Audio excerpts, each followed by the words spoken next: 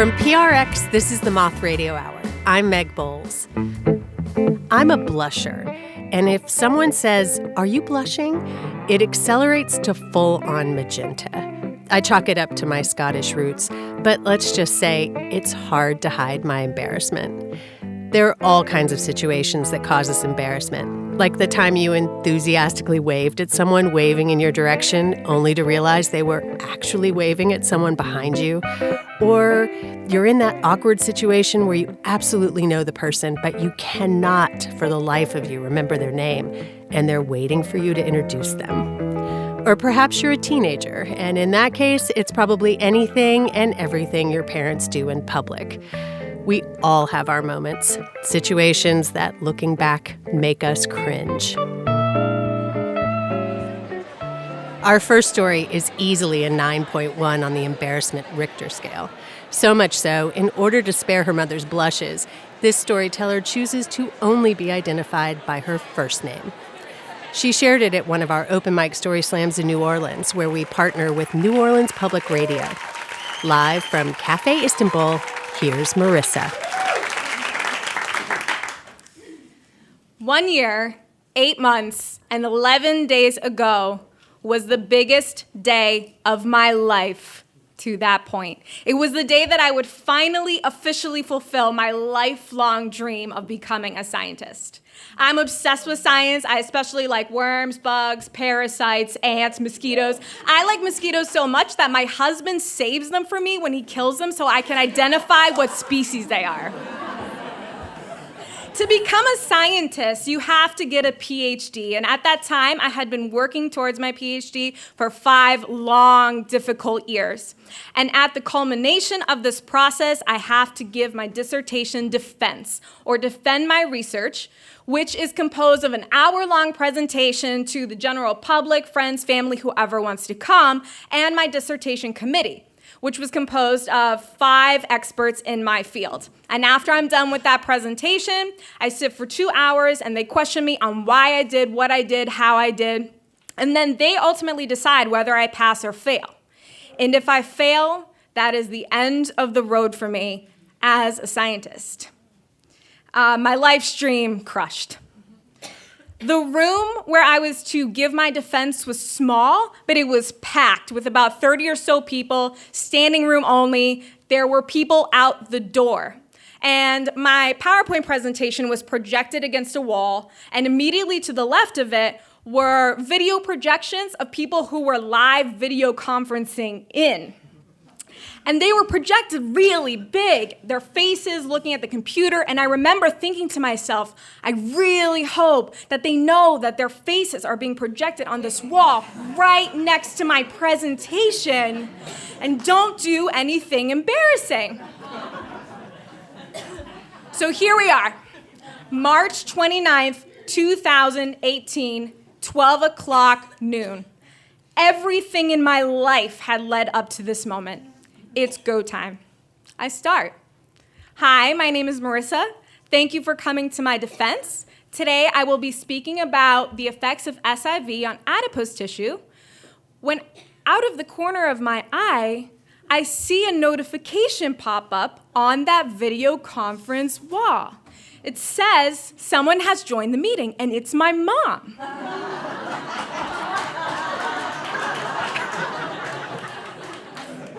And I'm so excited because my mom was able to watch my defense from where she lives in Florida. Well, I was excited until her video clicks on.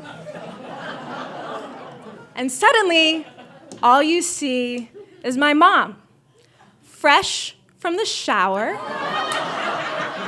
wearing nothing but a towel from the waist down.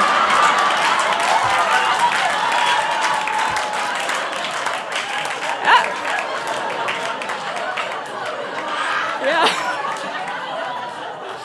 I scream bloody murder.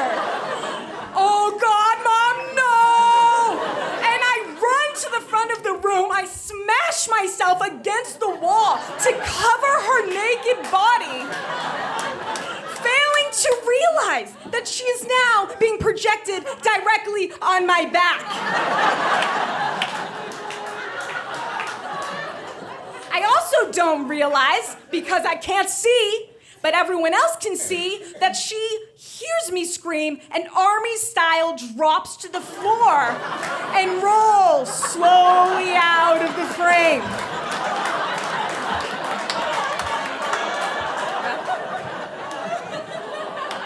I'm still here, yeah. So I'm staring at the audience in horror. No one says a word.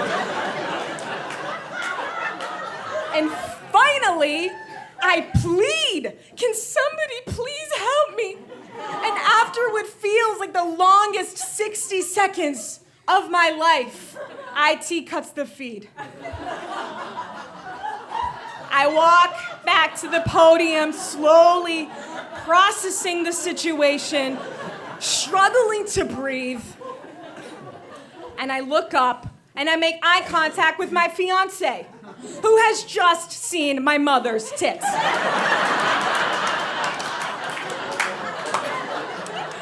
Then I make eye contact with my dad, who has just seen my mom and his recent ex-wife expose herself to an entire room full of strangers. Then I make eye contact with my dissertation committee, all 5 of them who are sitting front and center, who have all just seen my mother's breasts. I have no choice, I have to continue. And so I take a deep breath, I gather myself, and I proceed one more time into my presentation. So after the presentation's over, I sit down for the 2 hours of questioning. And I also found out after the fact that everything happened so fast that half of the room thought I was just losing my mind. And that this was all part of my presentation. Yeah. By the way, I passed. Love you, Mom.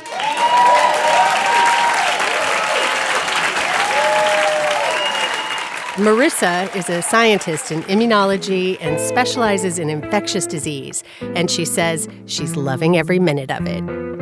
I asked Marissa how the conversation went when she finally talked to her mother that day.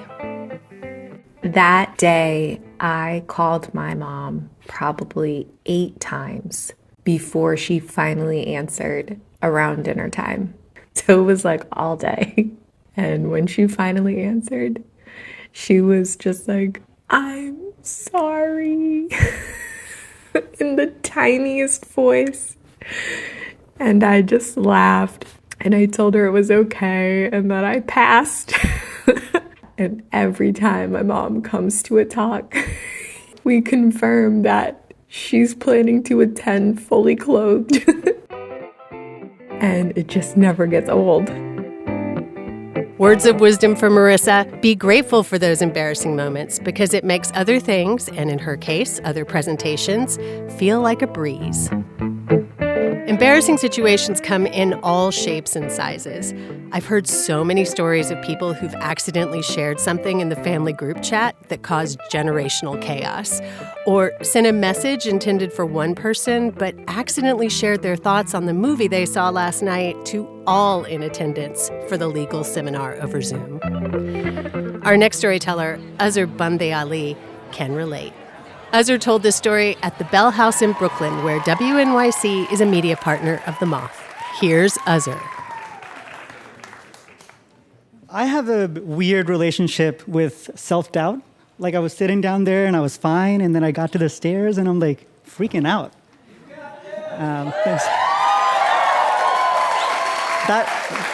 That wasn't for sympathy, it's a lead into the next part. Like, when I look in the mirror, I don't see a happy, healthy, somewhat intelligent man who's loved unconditionally by everybody. I see this Indian dude that tries too hard and smiles too much. I am my therapist's retirement plan.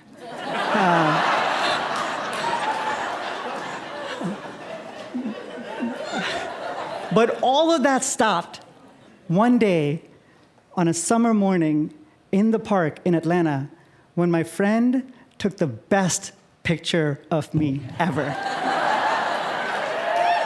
Yeah. I was 23 years old. I had just lost some weight, and I looked good. I was resting on my elbows, leaning back, the sun in my face, and I looked like a baseball player that's like sliding into base, like just casually. My face was tilted just the right way, so that the profile that looked at the camera, I decided was going to be the only profile that any camera would ever see for the rest of my life. It was a good photo. It's the best photo I've ever taken.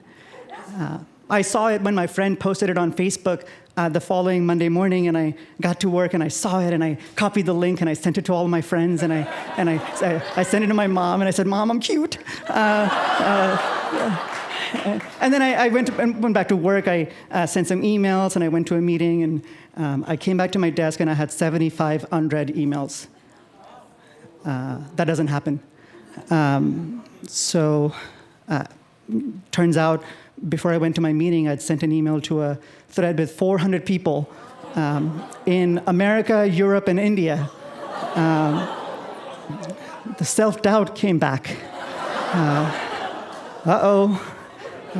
You're about to get fired.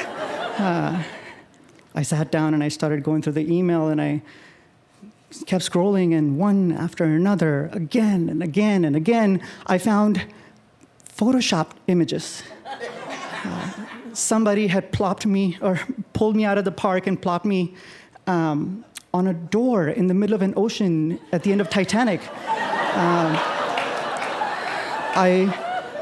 I was in the arms of Rafiki at the top of a rock in Lion King, and somebody cropped my face and put it on Miley Cyrus in the Wrecking Ball video, and then my face was on the Wrecking Ball. It's the most creative shit I've ever seen. It was hilarious. Eventually, people made T-shirts of my face. People started coming to my office and asking for the email guy.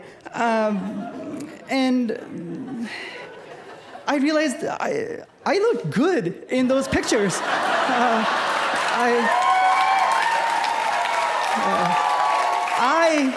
I killed the productivity of an entire office for weeks.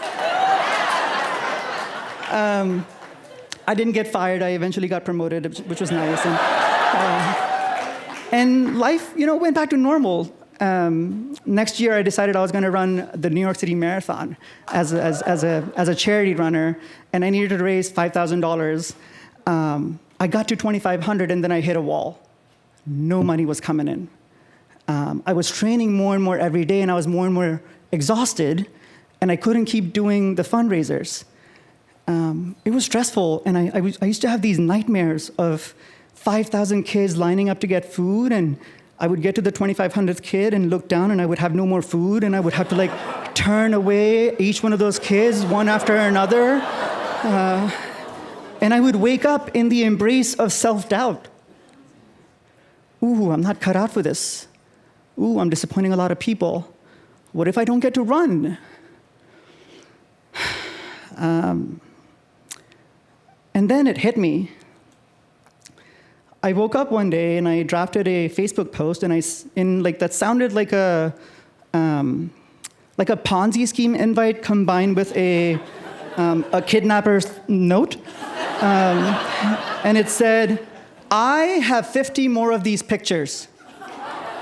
I will post the next one when I get $200 donated to my fundraiser." And I tacked on the Lion King picture to it, and I uploaded it to Facebook. Within 30 minutes, I had $200. Then I did the Titanic one for $500. And then I did Miley Cyrus for $500. Within 48 hours, I had $2,500, and I reached my goal.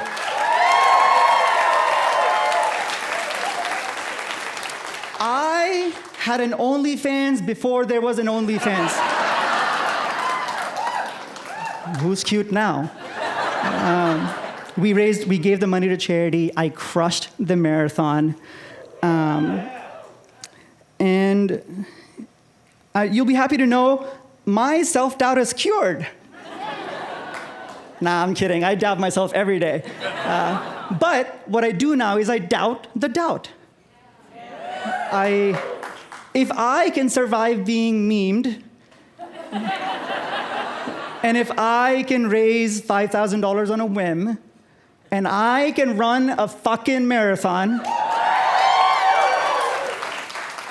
then what's there to doubt about the 20-page presentation that I have to do this week? That shit's easy, yo.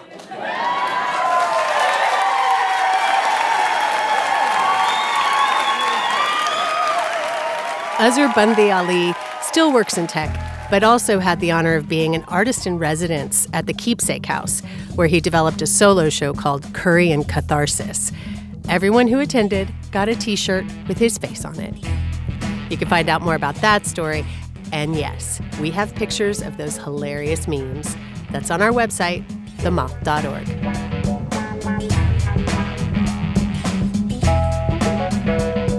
Coming up, being stuck between a rock and a mortifyingly hard place when the Moth Radio Hour continues.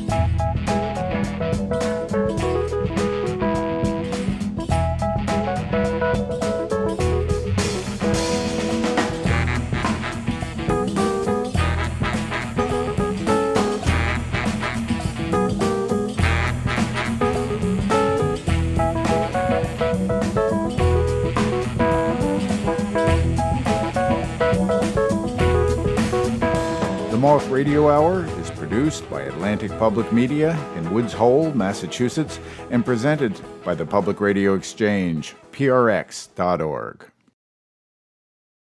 This is the Moth Radio Hour from PRX. I'm Meg Bowles. So often people will keep their secret humiliations all to themselves. You know the ones, the thing you did that no one saw, that you can absolutely never repeat or admit to.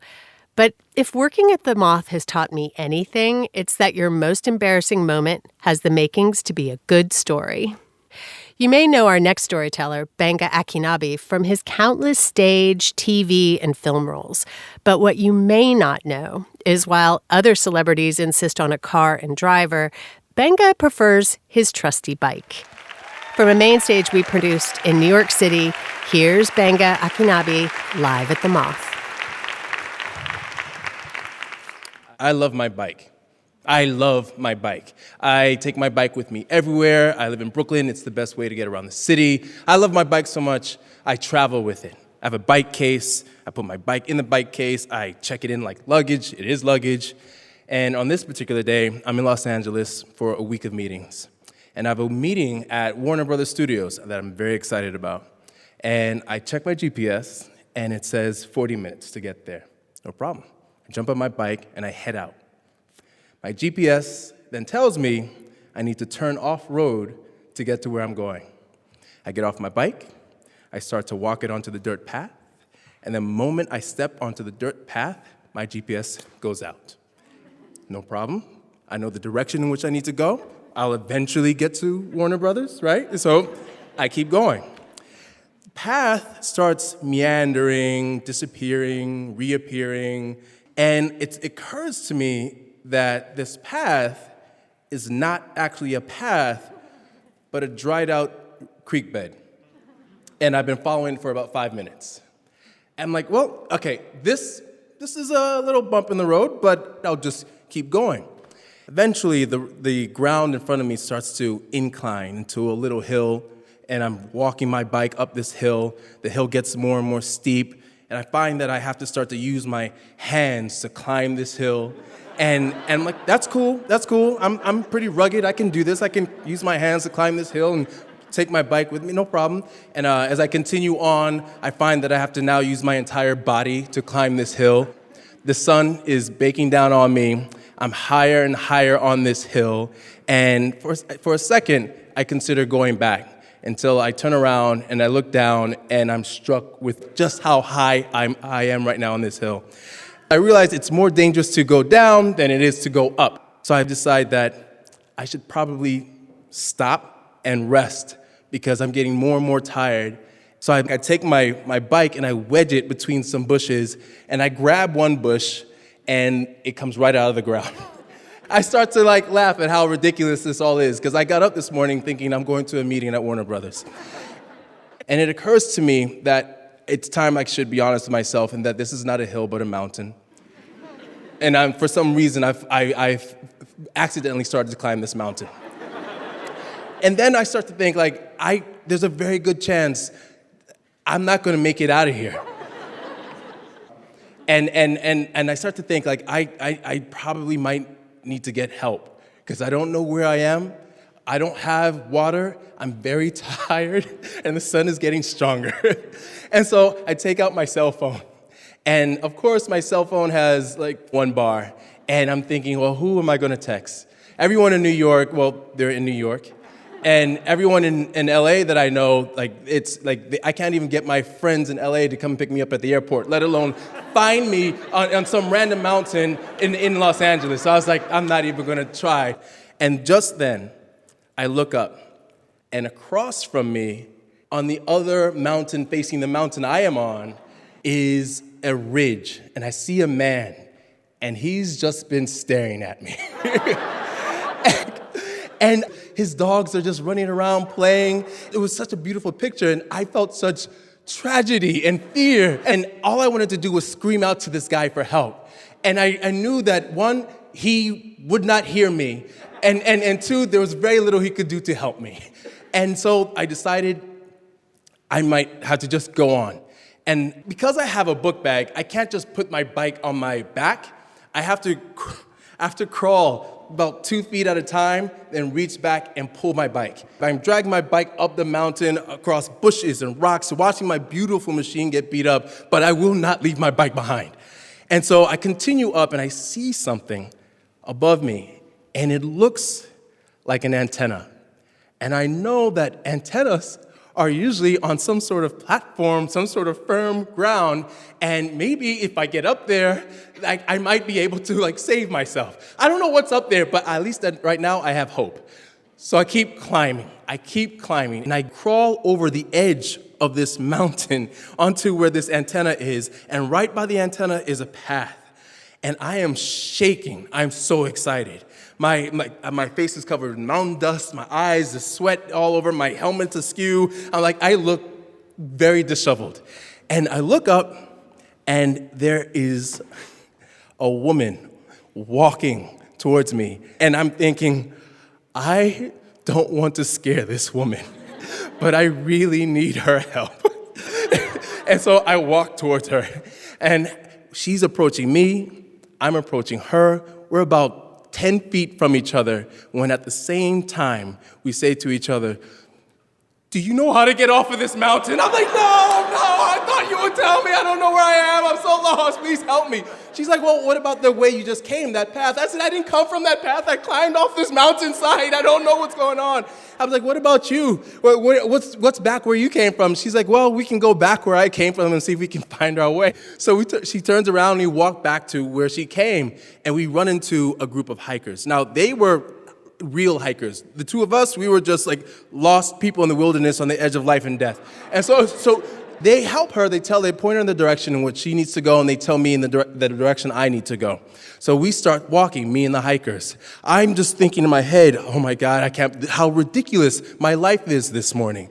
And then all of a sudden I hear someone say, "Are you the guy from The Wire?" Yes, I was very fortunate to be part of that show. I mean, yeah, you can watch it several times and you get something different from it every time. You were right, yes. And then his friend says, "Do you have any acting advice?" I was like, well, theater is good. I like theater. I do theater. And then in my mind, I'm just thinking, I just need to get to this meeting. I just need to get off this mountain. And they get me to a road. And I ride my bike down this road, and I hit Barham Boulevard. And I know Barham Boulevard. Warner Brothers is on Barham Boulevard. And it's 3 blocks ahead of me, and I see it. And I get a phone call, and it's the assistant in my manager's office who's telling me that they want to cancel the meeting for the day. and reschedule to have it later that afternoon in Hollywood, back on the other side of the mountain. I lose it. I start laughing uncontrollably. I'm just that guy on the side of the road in LA, sun-baked, just laughing at the sun. And to this day, I'm not quite sure how I ended up on that mountain or what mountain it was, but I do know that I pay attention to the little things now. All the little things, like GPS instructions. Whether they're the walking GPS instructions or the biking GPS instructions. I pay attention to how much weight is in my book bag before I head out on the day, whether I have water. I pay so much attention. I probably pay too much attention because you never know when the wrong choice might just end you up making life or death decisions on the side of a mountain. Thank you.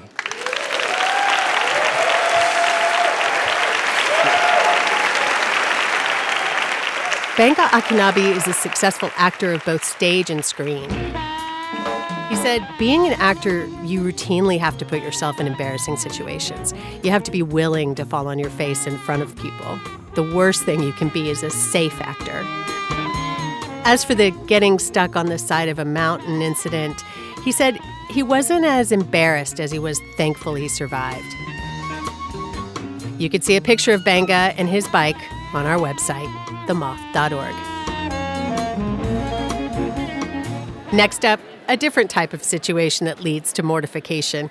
You know, agreeing to something in order to be polite that ends up making you uncomfortable, like that double date you went on to help your sister out only to discover your date is your boss's son. The I had the best intention type of embarrassment, which is exactly the term I would use to describe our next story from Joanne Richards. She told it at an open mic story slam competition at Howler in Melbourne, Australia, where we partner with the Australian Broadcast Corporation, ABCRN. Here's Joanne Richards. I volunteered at an ashram in Lesbos in exchange for accommodation. And the only other volunteer was this very tall Israeli man, and it seemed very natural that we should just have an affair over chopping vegetables and meditation. I left to go to Rome, and he hinted that he wanted to come with me, and I said no because I was meeting a friend. A week later, I went to an internet cafe and I received an email from him suggesting that he should come for a week, and my immediate response was no.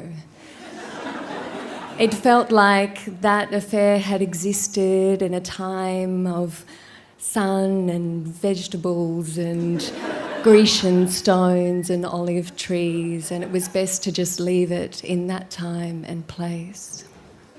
He replied and asked, why wouldn't I be open to the possibility? And now if I received that reply, I would run, because why was he questioning my no? But back then, being younger, I thought, oh yeah, I don't want to be closed to possibility. Yeah, I want to be that person that's open and adventurous, and yeah, sure, he should come. So we arranged to meet at Florence train station, and I so distinctly remember standing beneath this big electronic dashboard looking down the line of the railway track, and all of these very polished, well-dressed Italians in white and beige coursing past me. And off in the distance, I saw this man get off the train, and my whole body went, oh no.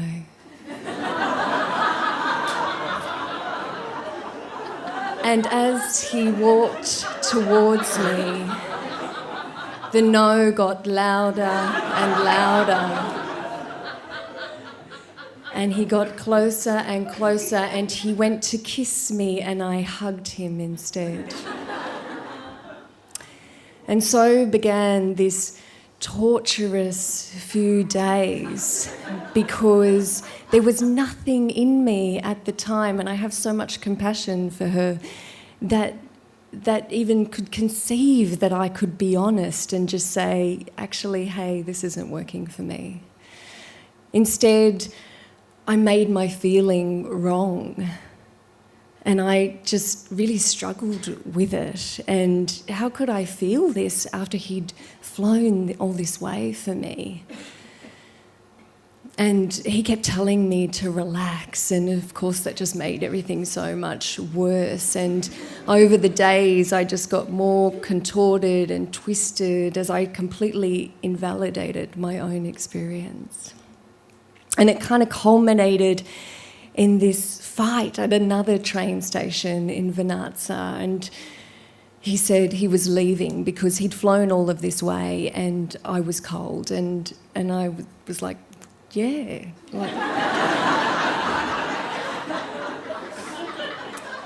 And so I went to wait with him for his train at the train station because at the time I thought that was the polite thing to do.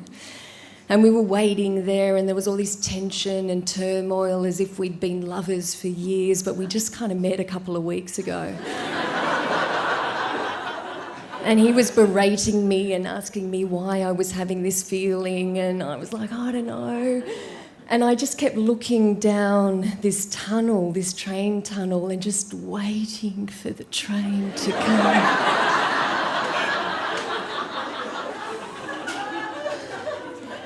And the train just kept getting delayed and delayed and delayed. But I sat there politely with him. And finally it came, and I can't tell you the giddiness that he might actually go and this whole experience might soon be over. And he got up and picked up his backpack and he walked towards the door, and I played my solemn I'm sorry role. And then he turned around and I thought, oh no. And he said, I could have loved you. And the doors closed behind him.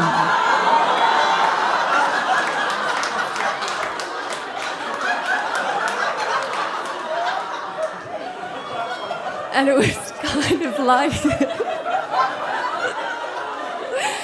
that moment when you say goodbye but then you go in the same direction.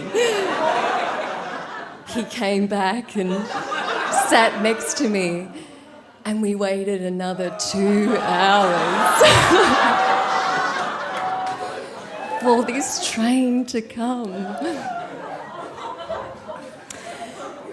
And he did finally get on the train, and the liberation, the absolute joy that I felt, I so relished that experience. It was such a contrast of this bow being pulled back and then just this release of this feeling of freedom, that I was just free of this whole situation.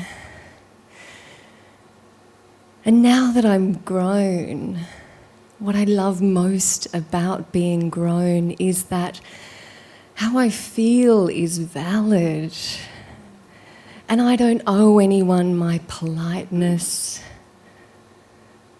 and I can change my mind at any time. And I now know that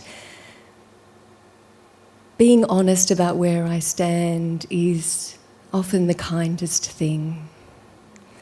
And what I love most so much is that my yes is a yes, and my no is a no. Thank you.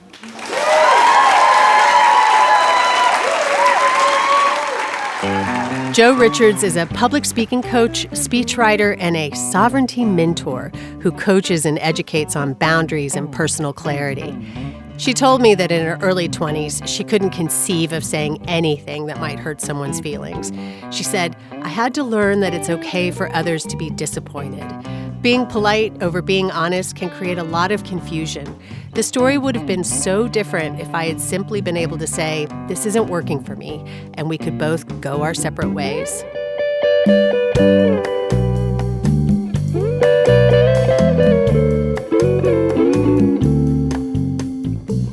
Coming up, a neuroscientist confronts her discomfort with emotion when the Moth Radio Hour continues.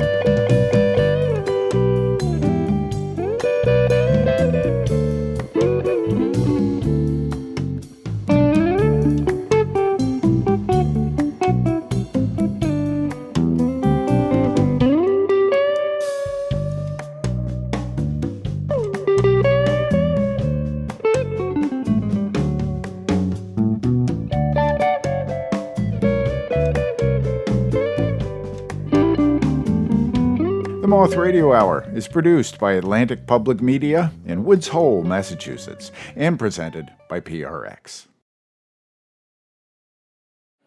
This is the Moth Radio Hour from PRX. I'm Meg Bowles, and our final story in this hour comes from neuroscientist Dr. Wendy Suzuki, an expert on the brain, where our emotions take hold. And no, understanding the brain doesn't always help with the feelings. Live from St. Anne's in Brooklyn, here's Dr. Wendy Suzuki. In my family, real emotions were something to be hidden, to be tamped down. I often like to say that you can think of my family kind of like a Japanese-American version of Downton Abbey, without the money, the real estate, or the servants. Growing up, showing emotion would call too much attention to yourself. It would embarrass the family. So no emotions in public, good or bad. But as a neuroscientist, I've always been fascinated with the study of the neurobiology of emotion, even though personally, my own personal relationship with emotions can be described as a struggle for control. So growing up, this was always difficult. And when I grew up, this was particularly difficult because I've always been somebody that cried at weddings. Any and all weddings, even fake TV weddings, I would cry. And so the struggle would happen all the time. And growing up, and I was always try to avoid these situations. Weddings, graduations, eulogies. I couldn't even imagine having to give a eulogy. So when my father passed away, I knew I couldn't participate in his eulogy. And I remember being so grateful that my younger brother stepped up and he said, "No problem, I will do it." And he gave the most beautiful eulogy for our father. And I was filming him as he was telling this beautiful story that I'd never heard before. And I could see the emotion welling up, and I could see that struggle that was so familiar to me. And I felt so uncomfortable, I had to stop filming. I couldn't put on film that intimate moment. Well, about 3 months later, I was having breakfast. I was having, it was 6:30 in the morning, early in the morning, in my Manhattan apartment. And I wasn't having breakfast. I was actually doing something I do every single morning, which is a tea meditation, which is a meditation over the brewing and savoring of tea. I do this every morning. It grounds me, it opens me up, it sparks creativity. But that morning, the phone rang, first thing at 6:30 a.m. But it was a number from Shanghai, and my brother was living in Shanghai, so I picked it up. But it wasn't my brother. It was my brother's business partner who called to tell me that my younger brother had had a massive heart attack and he didn't make it. So only 3 months after we lost my father, my younger brother was suddenly and irretrievably gone. Our original family of 4 were now down to only 2. And I remember hanging up that phone, and time stood still. I could feel my heart beating. I could feel the sweat on my palms. And it got really quiet so that all the thoughts in my head got 10 times louder. What do you do when you lose somebody that you thought was going to be there for the rest of your life? And then at some moment, I realized that the only one that didn't know the news was my mother. And I couldn't call her to tell her. It was still early, so I immediately booked a flight from New York to California. And I managed to get the most uncomfortable middle seat that any airline had to offer. And not only that, the middle seat's video monitor was broken. So I had 6.5 hours there, and all I had to do was think about what I was going to say to my mother.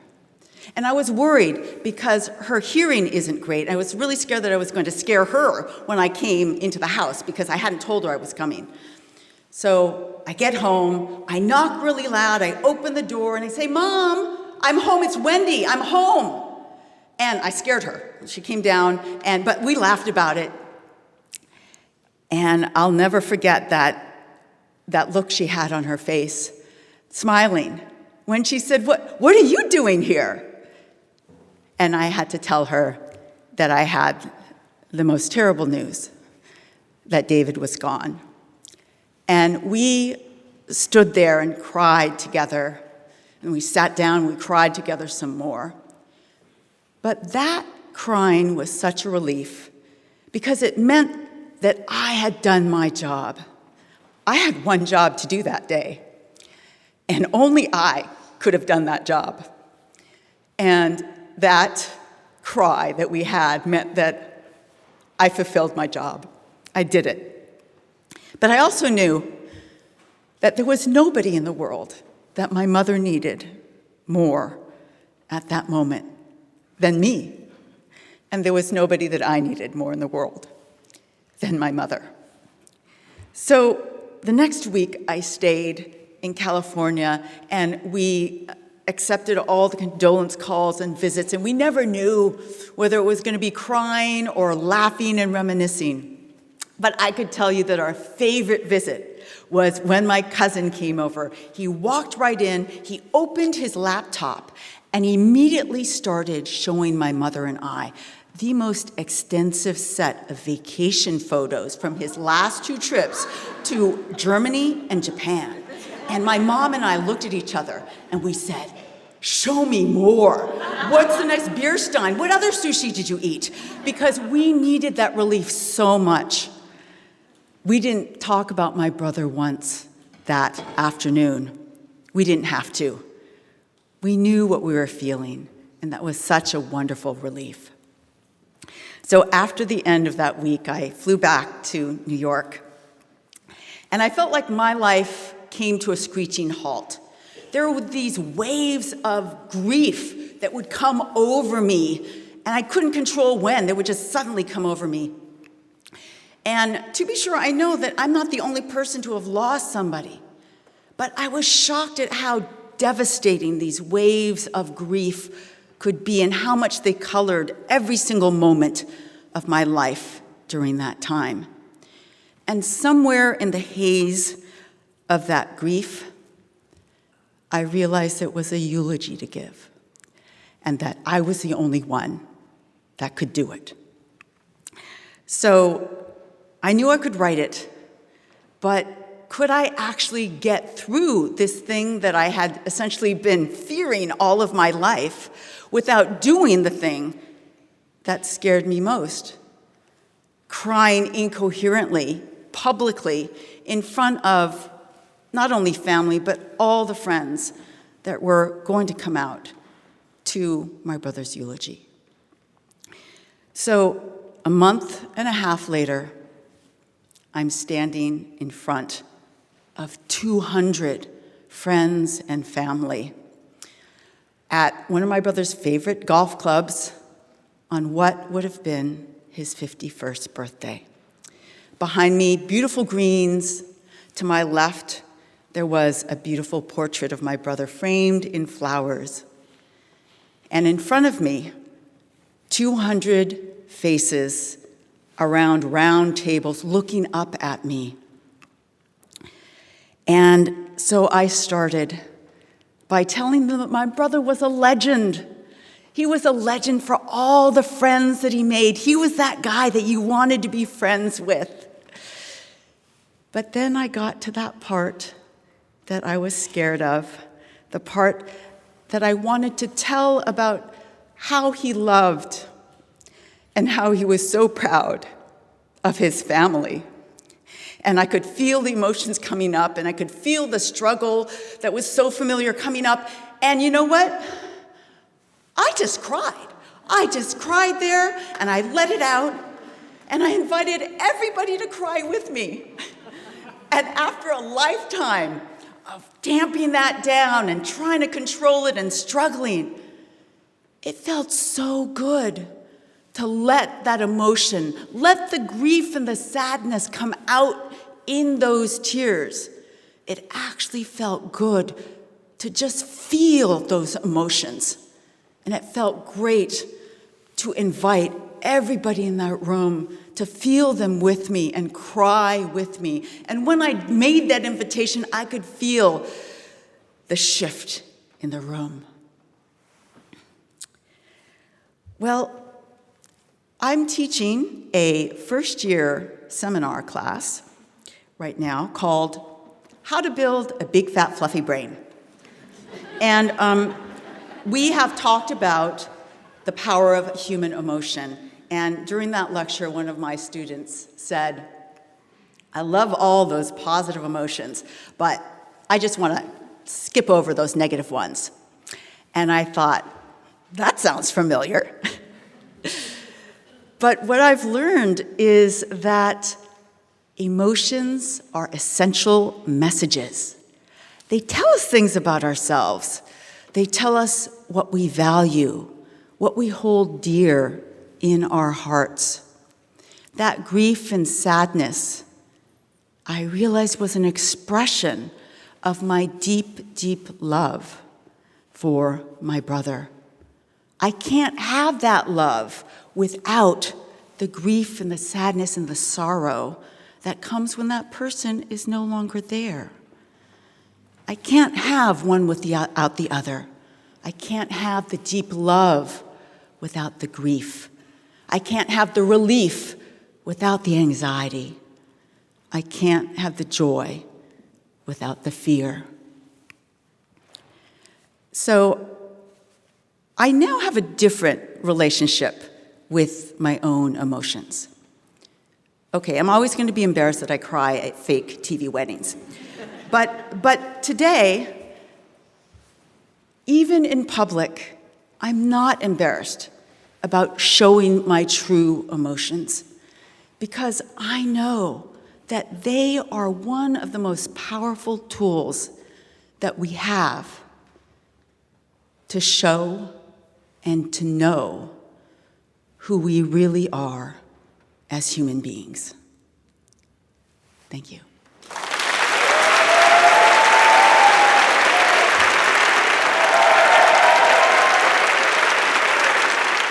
Dr. Wendy Suzuki is an author, professor of neuroscience, and dean of the College of Arts and Science at New York University. She says these days she finds herself crying in public on a somewhat regular basis. It's still terribly uncomfortable, and she struggles with it every time. But she's learning to stay focused on the empowering part of showing your emotions. You can find out more about Dr. Suzuki and see pictures of her and her family on our website, themoth.org. In this filtered Instagram world we're living in, everyone is so focused on being perfect and enviable. But I argue that those embarrassing moments are actually gold. We need to be able to laugh at ourselves. No one is perfect. No one. And all you have to do is spend a little time coaxing folks into telling you about their most embarrassing moment, and voila, instant connection. That's it for this episode of the Moth Radio Hour. We hope you'll join us again next time.